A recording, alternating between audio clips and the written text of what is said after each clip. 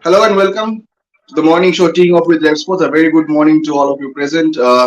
Yesterday, a cracking encounter at the Eden Gardens. We saw uh, the fans cheering the KKR having a great win after the first match defeat, and we had the chats yesterday. But Puriada, I'll just start with two questions from yesterday's match, but we'll move on to the today's match also. The previous match, KKR at one point of time were 89.5. Then from there, the massive jump. Where do you think RCB went wrong? Talk to me about Fab du Plessis' captaincy. On More than RCB going wrong, I thought it was a fantastic effort from Shardul Thakur. At times, more than the captain making mistakes or more than the bowling team making mistakes, it is also about the team, the way they batted. I mean, Shardul Thakur, the first ball, if you see, was a lucky break. I mean, it was an edge past the wicket keeper. He could have gotten out first ball. It could have been a hat trick for Karan Sharma. And at that point in time, if that hat trick would have happened, he would have said, "Oh wow, what a incredible effort from Karan Sharma." But then that innings from Shardul Thakur, oh, I mean, he was able to hit shots everywhere. He's dragging balls from outside off and sweeping. He's hitting the ball over cover. He's hitting the ball over mid wicket. Excuse me. It was fantastic to see from Shardul Thakur, and I thought that is what Rohan changed the course of the game. What really impacted RCB, and there is Shubhan, and Shubhan I'm sure will agree, that Shardul Thakur innings was not something anybody could have planned for. You don't expect Shardul Thakur to do that. And he came all guns blazing. He was 41 of 14 balls. Then in the next 27, he's played about 13, 14 balls again.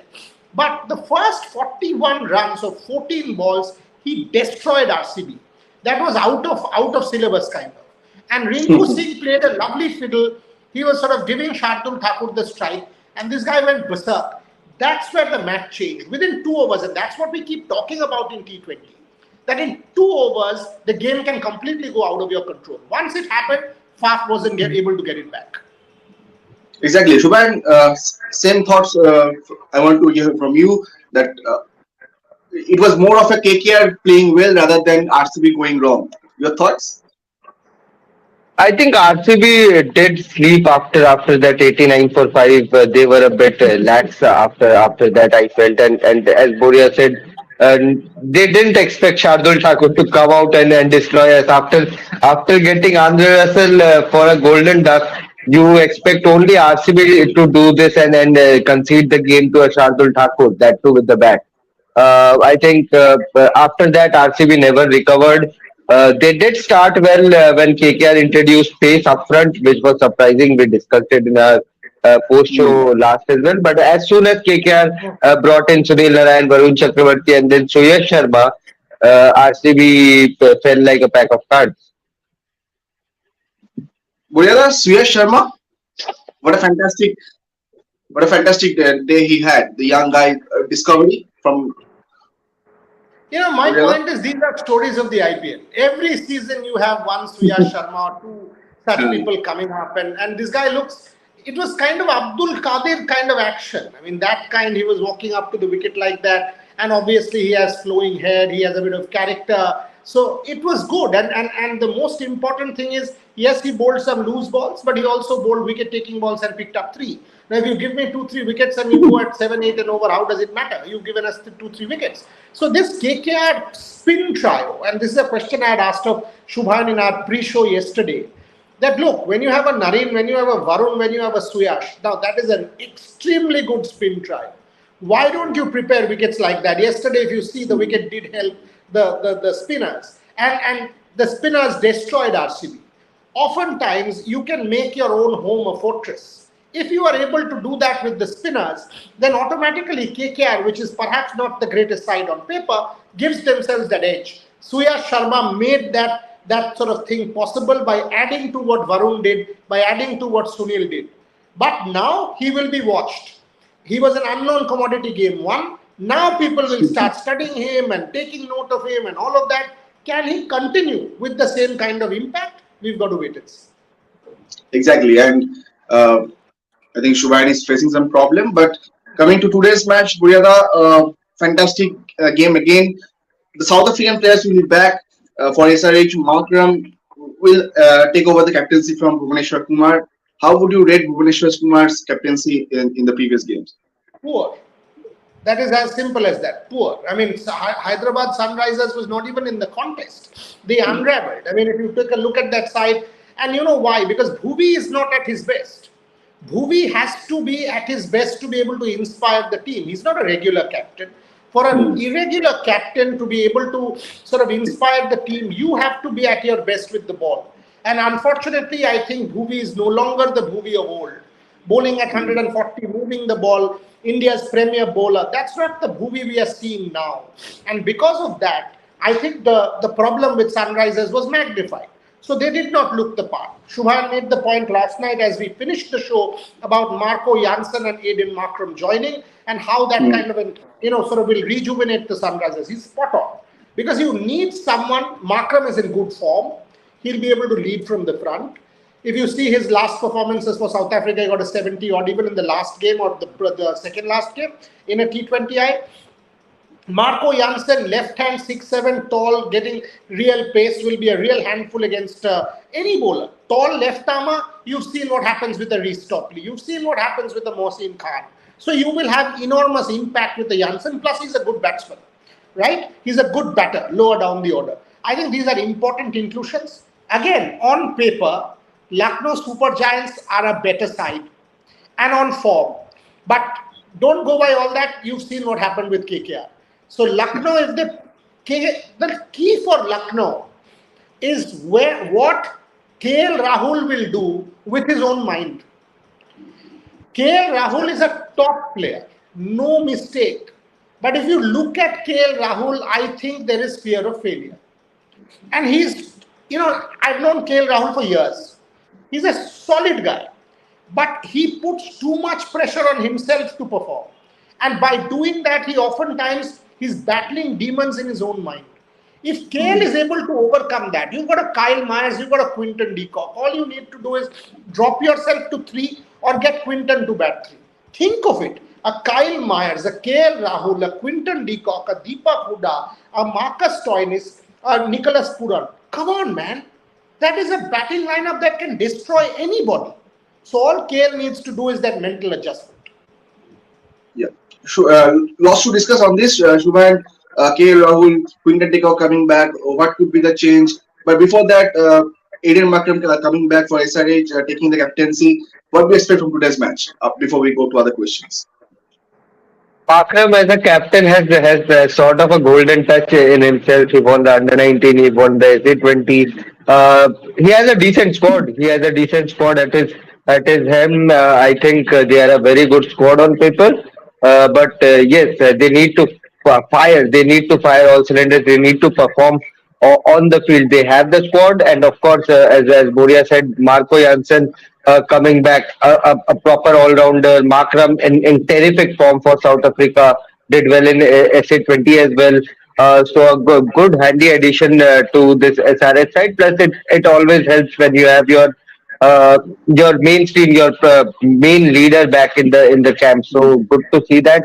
Bhuvneshwar as a captain, he doesn't have a great record. So I think that was just a stopgap arrangement. But Lucknow Super Giants, KL Rahul again will be a talking point. He hasn't had the uh, best of starts. As Boria said, he struggles within himself. He has that fear of failure, which is a scary thing in professional sport.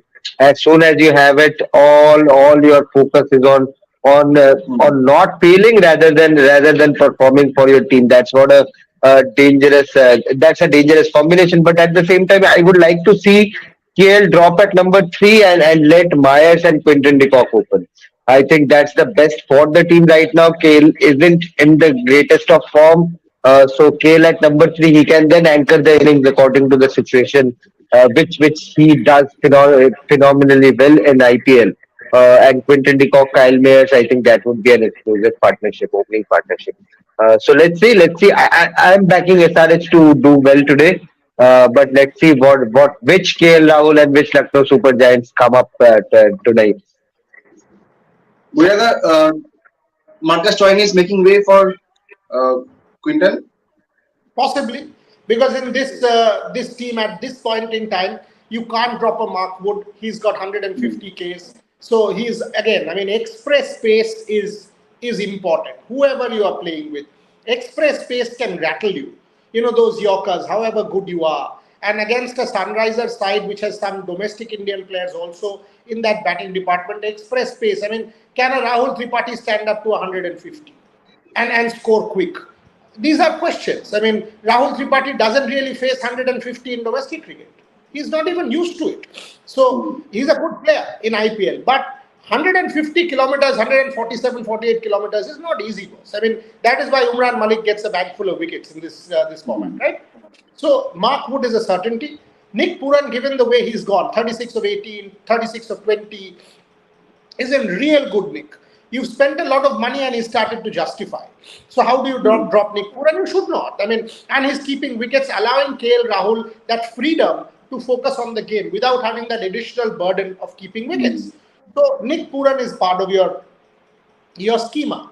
Obviously, you will have Kyle Myers in your schema because the way I see Kyle Myers is the kind of bowling that Marcus Stoinis does, Myers can do that as well. And he's in better batting form. Quinton de Kock, you must get him in. So I think the obvious choice is Marcus Stoinis will have to make way. But think that you've got a Marcus Stoinis on your bench. How good are you? Or in terms of your combination that you've got a Marcus Stoinis. You look at that bowling attack. You've got a Mark Wood. You've got an Avesh Khan. Not every day will be a 200 day. You've got a Krunal Pandya. You've got a Ravi Bishnoi. You've got a Deepak Huda. You've got a Krishnappa Gautam who can come in as an impact player and do your off spin. Now that's tremendous variety. Add a Kyle Myers to that, and you will say, wow, this is a side that has every base covered. A captain who doesn't have fear of failure, and KL Rahul can just have the season for Lucknow. Okay. Shubhan, I'll come to you on the same question on Marcus Stoinis, but in addition to that, Avesh Khan in this fixture last year, Avesh Khan got a very great spell for 4 wickets, 24 runs. Your thoughts? He will be a interesting and important player.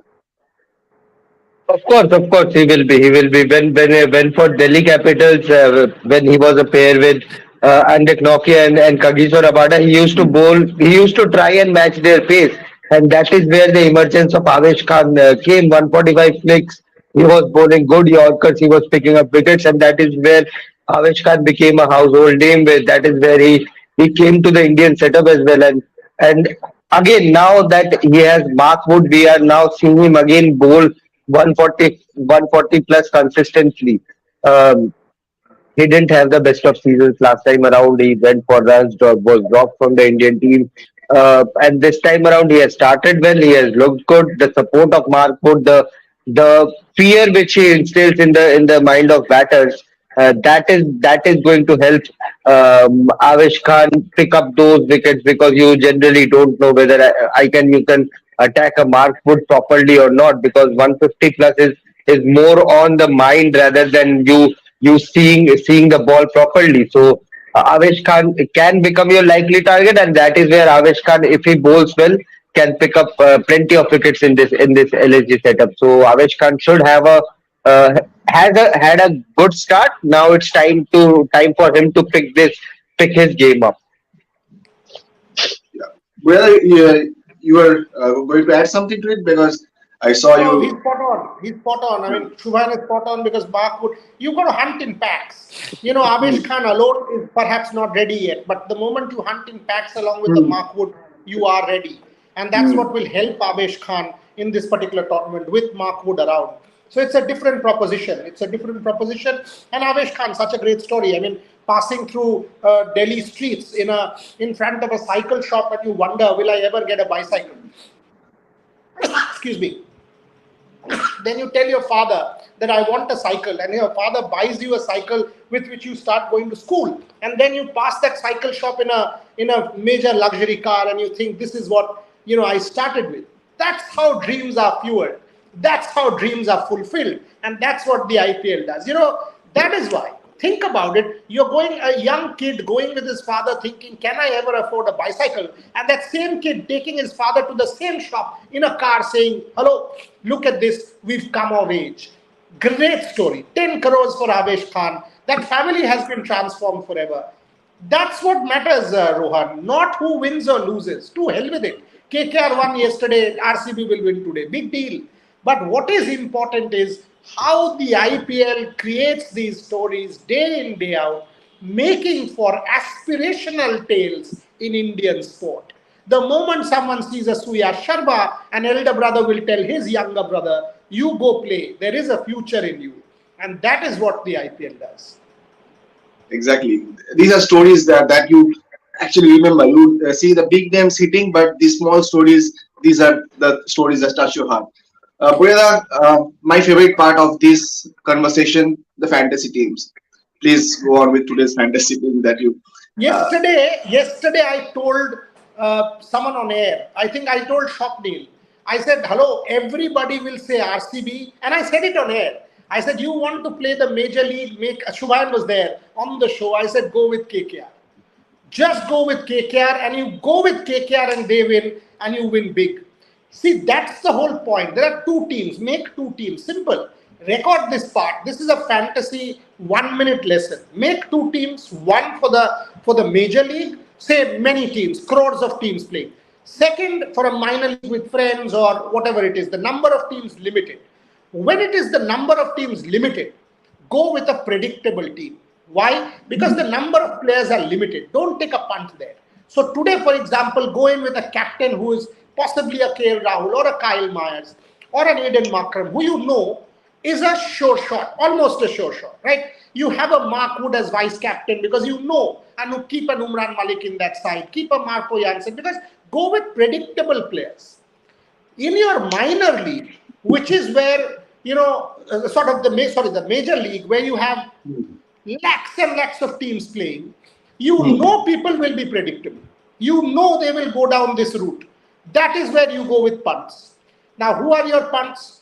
Somebody like a Rahul Tripathi can be a good leadership candidate. Somebody like a Deepak Huda who has failed in 2 games, all of a sudden comes good, is a solid leadership candidate. A Ravi Bishnoi who is in good form can be a good vice captaincy candidate. So in a major league, take your punts. Don't do the obvious. Don't make Rahul captain. Don't make Makram captain because you won't win there with such predictable choices. So in a major league, sort of think out of the box. In a minor league, do predictable teams. That's your fantasy lesson. Shubhan, your captain, and every day we see some new stories coming up. So, who is that one difference that you see that might make the difference in a major league, as Bureda said? Oh, that's a tricky one. Maybe the return of Quinton de Kock. No one will be saying that, okay, or Aiden Markram, he's in terrific form. Aiden Markram as a captain or vice captain can be a big one. Because everyone right now will be focusing on a KL Rahul or a Kyle Myers who has smashed back-to-back half centuries. So why not make a Quinton de Kock a captain or a vice captain or Aiden Markram a captain or a vice captain? Mark Wood again will be a popular choice for a captain or a vice captain because what he has done in the last 2 games. But I think more or less these will be the guys who can make a difference. But yes, again, off-field choice. Rahul Tripathi, a great bet. If he clicks, we know what he can do. For Lucknow Super Giants, Deepak Huda, as Boya said, can be a proper player because right now Even he's even not even bowling. a, even a Mayank Agarwal. People are not talking Ah, about a yes. Mayank Agarwal. He can be a solid leadership choice. All of a sudden, he comes good. He gets a 70, 80 or captain, and it ticks off. So think about such players in a major league. And Mayank has had a gun season behind him. So he will be looking for runs and prove a certain Punjab Kings franchisee wrong as well. Yeah, and these small differences make you win in the major league. So that is an interesting one. We'll end the IPL discussion with your predictions. Shubhan, you go first.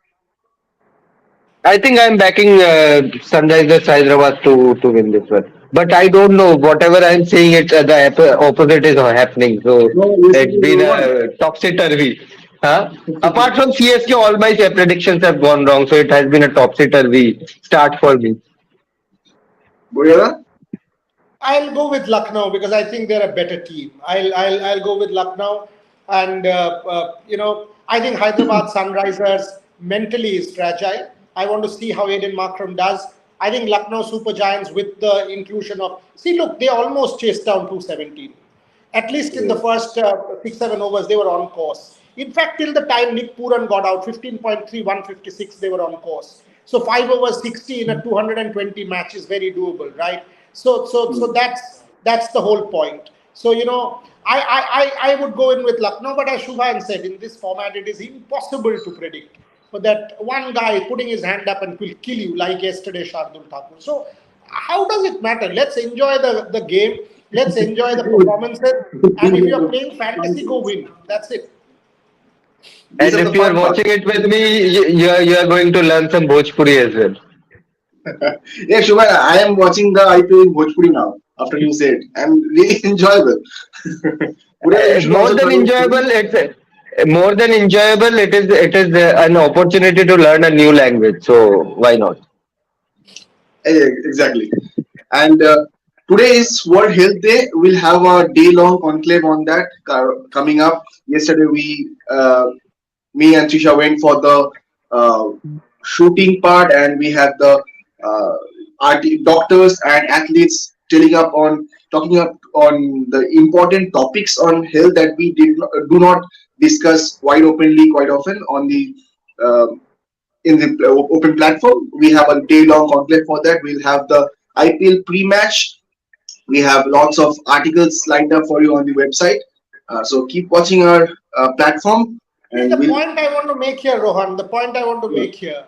Today is the 75th World Health Day, and what makes me very proud of Revsportz is I don't think anybody would want to do all day digital programming with the best of doctors and the best of athletes highlighting key issues of women's health, mental health, and other challenges. This is where we are different. Yes, we will do IPL optimally. We had multiple people on ground covering KKR. We will have multiple people on ground covering the IPL across the country, but that doesn't mean that you will not highlight important issues. That doesn't mean we will not celebrate a Priyanshu Rajawat beating Kenta Nishimoto. While we will do all that, important issues of health, women's health, mental health, challenges, these are absolutely essential to be highlighted on our platform. And that's what I want to do. We want to do as a collective. That's what. And who are you talking about? You're talking about an Anju George, a Manu Bhakar, a Sakshi Malik, an Abhinav Bindra, a Pulela Gopichand, a Rani Rampal. You are talking about the top athletes of this country highlighting issues of women's health, mental health, and other important factors. Do that because using the World Health Day platform, you are touching hearts. You might not get millions. This is not an IPL that it is popular with millions and billions of people. That is not necessary. You also have to be socially responsible, and that is what we are doing at Revsportz. We've got corporate support thanks to Bharat Serum and Vaccines for this particular initiative. We've got AMRI hospitals to back this initiative, and we will do quality programming with doctors and leading Indian athletes right through the day. I'm very, very pleased with what the team has been able to put together. Exactly. And as we talk about making a difference, as we talk about fantasy, this is the something that makes us different from, what to say. Let the people decide. And we have the day long program coming up. So keep watching our social media platforms. We'll have lots to present to you, and we are wait for your feedback. So thanks for watching. Thanks Boriada for joining. Thanks Shubhan for joining. We'll see you in the pre-match show for IPL.